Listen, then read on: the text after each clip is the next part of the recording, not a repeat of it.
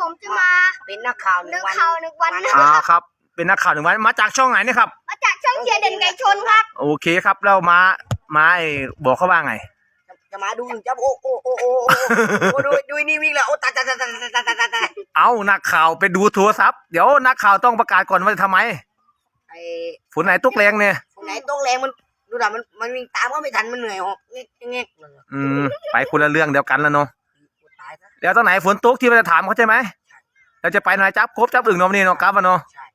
ตรงไหนนะครับถามมีสีดูตกไหม ตกที่ไหนนะครับ ตะ ไป โต๊ะ จับ กันไหนครับ จับอื่นจับก้มกัน ก็มันมีดัน มีไหม แล้วไงต่อครับ ถ้าก้มไม่มีก็ต้องกินเป็นอื่นซะหน่อย ตอนไหนฝนตกเลยครับบอกสีดินนะครับต้นน้องออม